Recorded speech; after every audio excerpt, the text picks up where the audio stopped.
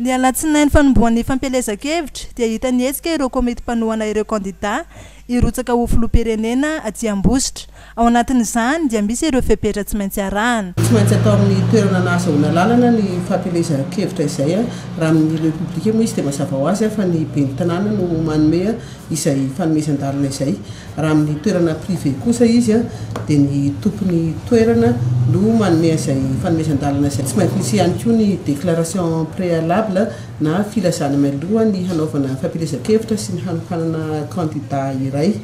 Dia apetraka 27 ora mialoha any amin'ny solon-tenam-panjakana izy io dia ampiarahana amin'io ny programa rehetra. Tsy tokony hisy ny kabary manao fifampiatsiana sy ny fanavakavahana ara-poko na ara-piaviana na ara-pinoana na ara-bolokoditra. Dia tsy tokony hisy ihany koa ny teny izay mety hanotonana ny filaminam-bahoaka 27 ora alohan'ny hikatona ny fampielezan-kevitra izay dia tsy misy intsony ny fanamparana mialoha na ny déclaration préalable azo apetraka aty amin'ny représentant de l'État. Tsy pihana manokana ihany koa ny neutralité de l'administration. Nandritra ity fotoana ity ihany koa no nanamafisana ny famontsoran-kelika ho an'ny fitazonana basy tsy ara-dalàna. Hatramin'ny faran'ny volana oktobra 2024 izy io dia mandritra io fotoana io zany misy ireo fitaovam-piadiana izay tsy ara-dalàna izany hoe tsy misy taratasy ho an'ny 2e catégorie sy ny 3e catégorie.